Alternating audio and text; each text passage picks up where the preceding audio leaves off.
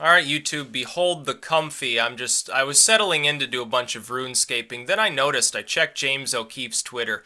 Figured, well, maybe he's remarked upon the debates or something like that. He's now promising that tomorrow, link in the description to his Twitter status on this. Again, I don't use Twitter. Anyone saying that I've got a Twitter account, it's not mine. You should, like, report any that's claiming to be me. Unless it's a fan account. That's okay. I don't care about that. James O'Keefe is now proclaiming that tomorrow he's going to drop his first tape. Now, what it'll be, who knows? It probably relates to the Clinton campaign or the Democratic Party at large. But it's apparently more than one tape that he has. This has to have Clinton worried. Because if he has the specific material that he's already claimed to have, then it's going to destroy her campaign. It'll knock her out a lot more effectively than the Trump, oh, grab her by the pussy crap. Because what he's claiming to have is specifically a tape video of Clinton herself disparaging blacks in what he says is the worst way. I imagine it's probably, you know, her private conversations regarding what she really thinks about the minority community or something along those lines. But he may have even more than these two tapes, because his subsequent status was something along the lines of, this week we're dropping smaller bombs across the country, not physical bombs, not like the kind that Clinton drops on civilians, but rather truth bombs, you could say. That is leaks of apparently taped material and things of that nature. And then next week they'll be dropping atomic bombs. So this week, starting tomorrow, we can look forward to some sort of leak from O'Keefe, in addition to all the leaks we're getting from WikiLeaks, damaging the so-called left wing, which is really just neoliberal war hawks. I'm so surprised that so many of Clinton's fans don't realize that they're backing somebody who's basically a Bush-era Republican. I don't understand it. It's just somebody who's antagonistic towards a nuclear power in a McCarthyist manner, wants to start several wars in the Middle East, already voted for several of the others that we've been involved in, destroyed Libya. Somebody who's, about as progressive as fucking Nixonian or something like that. I find it funny.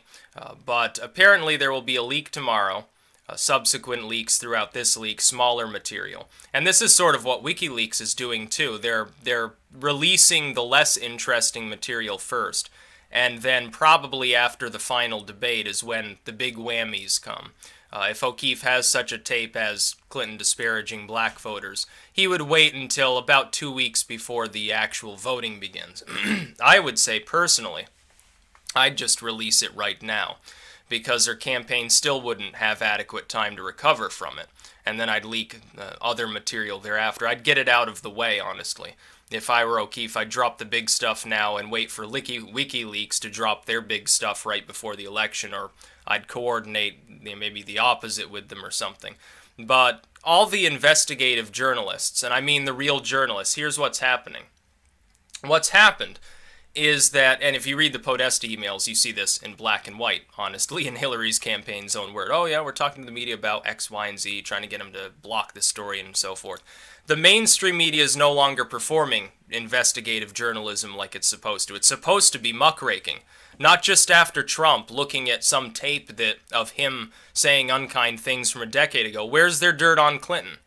It's obviously there. We're getting plenty of it from WikiLeaks. We're getting plenty of it from other people. And then she turns around and says, oh, well, Russians are doing this. Now, the U.S. media, if it were being honest, would be releasing the same material that it would have obtained over time from the same people that have fronted it to WikiLeaks. The difference is this. Nobody trusts CNN or Fox or MSNBC or RT or any of these other firms to actually release anything that they give to them. They're worried about getting thrown in a gulag like somebody like Snowden or Chelsea Manning or something like that. Some other whistleblower, some other leaker. They see what the administration in power now and the candidate that represents a worse version of a continuation of the Obama years as far as journalism goes. They see that they're willing to ruin the lives of people who dare to stand in their way, even if the material that's released is completely accurate and comes from the mouth of the horse, from a campaign or from a particular political figure. And when they realize this, Well, bullshit. Why would they give it to CNN? They wouldn't release it, and they'd probably tell the Obama admin, oh, someone tried to pass off a tape of Clinton saying the N-word or something like that. You should put them through a 10-year audit to make their life miserable, and then you should make sure that there are weird-looking people hovering around their home at 2 a.m. until they have to move, too. Maybe send in a threatening letter to their wife or kids or something like that. This is the way the Clintons do business. It always has been. It's funny because in 2008, they actually did investigate Clinton's campaign. They actually did criticize her once in a while. They actually favored Obama. Now that Clinton is sort of the hand-picked successor, they refuse to air anything negative about her under the sun. They have completely covered for her on her emails to the point at which the press doesn't even ask her the question about it. They won't ask her a damn thing. So what we've seen is that people have turned to alternative media that's more fair, that doesn't have necessarily a reason to hold back material. Because it's obvious, the mainstream media is muckraking after Trump. They're releasing everything possible that could damage him. Somebody's got to go after Clinton too. If you're going to be fair, you have to muckrake after them all. Now, Gary Johnson, you don't have to do anything there because he makes a fool of himself every time he talks. Jill Stein's a non-issue. There are two major candidates right now, like it or not. I support third-party membership rising. I'm not happy about the fact that we've defaulted back to the Republican and Democratic parties. And I'll tell you this, if Trump goes down, I hope he does take the GOP with him. I hope he makes them suffer so much that we never see another Evangelo Khan in office. I hope the Republican Party ceases to exist. And I hope the same of the Democratic Party regardless of who wins. I hope they both disappear from off the face of the earth and are a footnote in history of parties that resisted change and got destroyed because they did that. Just like we would think of maybe the Whig movement or the original Democratic Republicans as opposed to their offshoots, or the Populist Party under Fillmore or something like that, the Know-Nothing Party. I hope it's like that. I hope that they're footnotes in history, regardless of what happens. Honestly, I'm ambivalent at this point about even who wins so long as the parties suffer, and they're already suffering. The media's trying to cover for Clinton, who's obviously the establishment, status quo, pro-corporate, pro-big media, dishonesty candidate, who will be their darling as long as they don't ask her too many questions, just like it was in the goddamn 90s. So now we've got people like O'Keefe, who went after Acorn and destroyed them, and people like Julian Assange actually doing the work that the media is supposed to do. Good on them. Doesn't make them Russian agents for criticizing a whack-ass campaign being run by some old crazy woman who dates to the 1980s and the 1990s, who defended her husband and assassinated the character of people, who said that he raped them, he groped them, or whatever, who can't manage a goddamn email server, who can't use a BlackBerry without compromising national intelligence. I don't care about her. I honestly don't care. I don't care if she keels over on the campaign trail, ends up, getting amnesia and can't remember that she's even campaigning for the presidency. I don't care. I don't care about her. I don't care about the Republicans or the Democrats.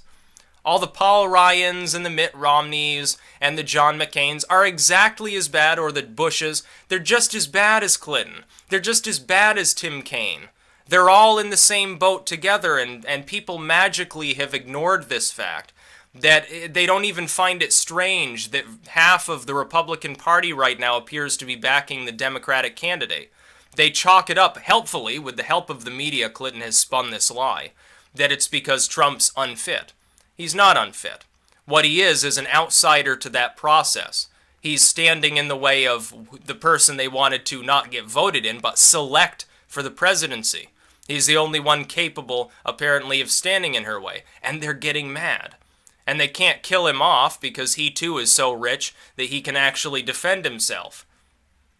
And so it falls to people like O'Keefe and Julian Assange and Edward Snowden to try to keep the government in some semblance of line right now, because the government is so dead set on the concept that any investigative journalism is a form of treason somehow guided by Russian agents. It's retarded. This is McCarthyism at its finest. If people would crack open a goddamn history book, they'd see it isn't Trump who's going to start a nuclear war. It isn't Trump who's going to usher in World War III. It isn't Trump who's trying to take away somebody's freedom. It's Hillary Clinton. Look at what she's managed to do with the mainstream media, to the point at which there's a pretty good chance CNN is openly coaching its polling groups just to give her the edge in a debate where she had to face 30 years of her sordid history.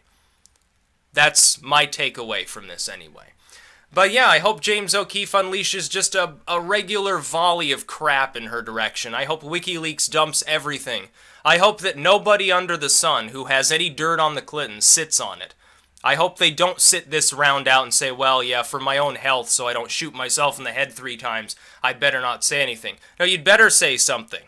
Because now there's a damn good chance she ends up behind bars if her opponent wins, taking care of your problem and the country's problem at the same time. And that's exactly where she should be. Because if she were a regular private citizen, having done the things that she's done, she would be in jail. She would be. Unqualified statement here. Complete fact. If you did, there are people that are in prison right now in this country that accidentally, without any malice, and without even the technical knowledge to know what the hell they were doing, had something at some lowly confidentiality level in a briefcase, or they stored it improperly, or they accidentally accessed the wrong files on some server, and they go to prison for 5 or 10 years. And they get treated as though they were some grave danger to the whole country, like they had committed treason. We've got somebody who obviously knew what she was doing, ordered all of this material to be deleted, stood in the way of a congressional investigation and an FBI investigation, and she's running for the presidency.